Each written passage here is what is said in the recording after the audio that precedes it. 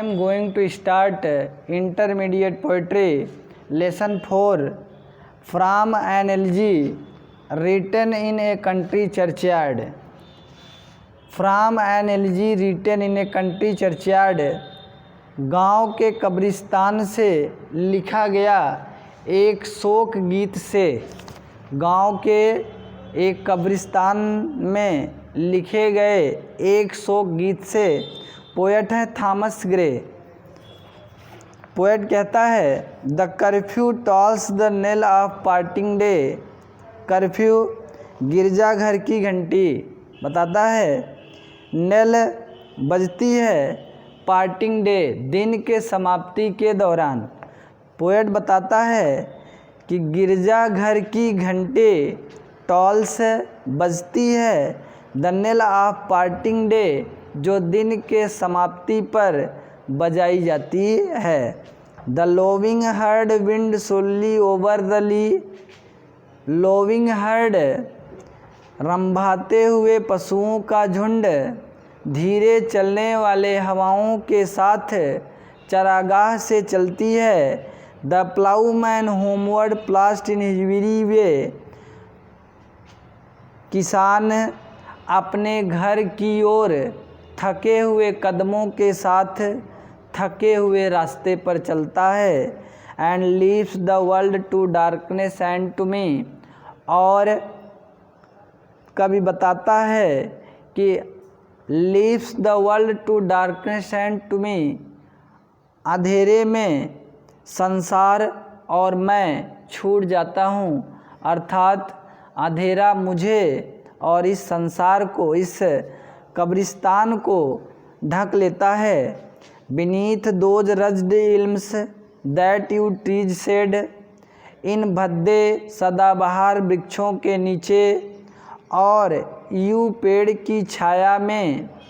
Where heaves the turf in many a mouldering heap. लेखक बताता है कि वेयर हीप्स द टर्फ, कहता है कि टर्फ दरारें, बताता है कि where heaves the turf in a mouldering heap, कहता है कि मोल्डरिंग हीप पर मीन्स कब्रिस्तान, बहुत से कब्रिस्तान पर सूखी घासें इनके ढेरों की दरारों में निकल आई हैं। Each in his narrow cell for ever read. प्रत्येक मरे हुए गांव के लोग अपने तंग कोठरियों में, अपने तंग कब्रों में कब के लेटे हुए हैं। The rude forefathers of the hamlet sleep. कह रहे हैं कि अनपढ़ हैमलेट गांव के लोग इस कब्रिस्तान में लेटे हुए हैं, अर्थात अनपढ़ हैमलेट गांव के पूर्वज इन कब्रों में लेटे हुए हैं। The breezy call the incense breathing morn. सुबह के समय चलने वाली सुगंधित हवाएं सुगंध के साथ इन्हें पुकारती हैं। The swallow twittering from the straw built shed. अबाबिल पक्षी की चहचहाने की आवाज़ अपने तिनके से बने हुए घोंसले से। The cock's shrill clarion. मुर्गे की तीखी बांग। आर द इकोइंग हार्न, या बिगुल बजने की आवाज़। No more shall rouse them from their lowly bed. उनको अर्थात पूर्वजों को उनके कब्रिस्तान से कभी नहीं उठाएगी।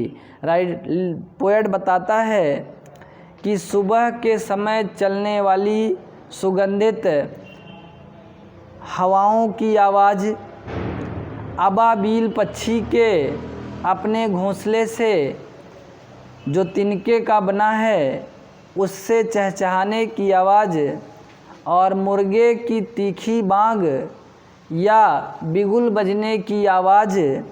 No more shall rouse them from their lowly bed.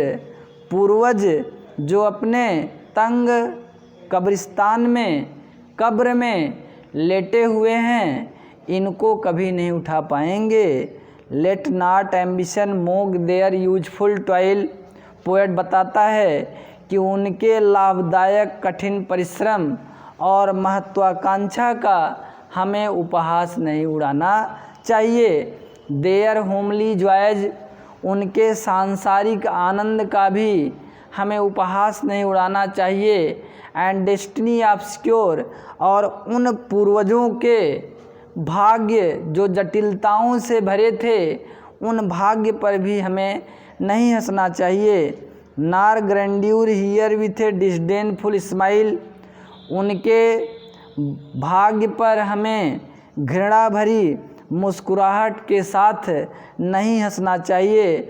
और उनके अभिलेखों को भी हमें, जो शानदार अभिलेख हैं, उस पर भी हमें घृणास्पद मुस्कुराहट के साथ नहीं हंसना चाहिए। The short and simple annals of the poor, वह अभिलेख जो उन बेचारों के संक्षिप्त और साधारण अभिलेख थे, उन पर भी हमें घृणा भरी मुस्कुराहट के साथ नहीं हंसना चाहिए।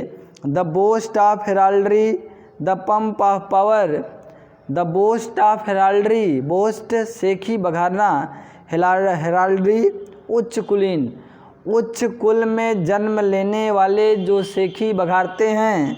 द पंप ऑफ पावर, ऐसे लोग जो झूठी शक्ति का दिखावा करते हैं। एंड ऑल दैट ब्यूटी, और समस्त सौंदर्य। All that wealth ever gave, ईश्वर के द्वारा दिए गए सब समस्त संपत्ति।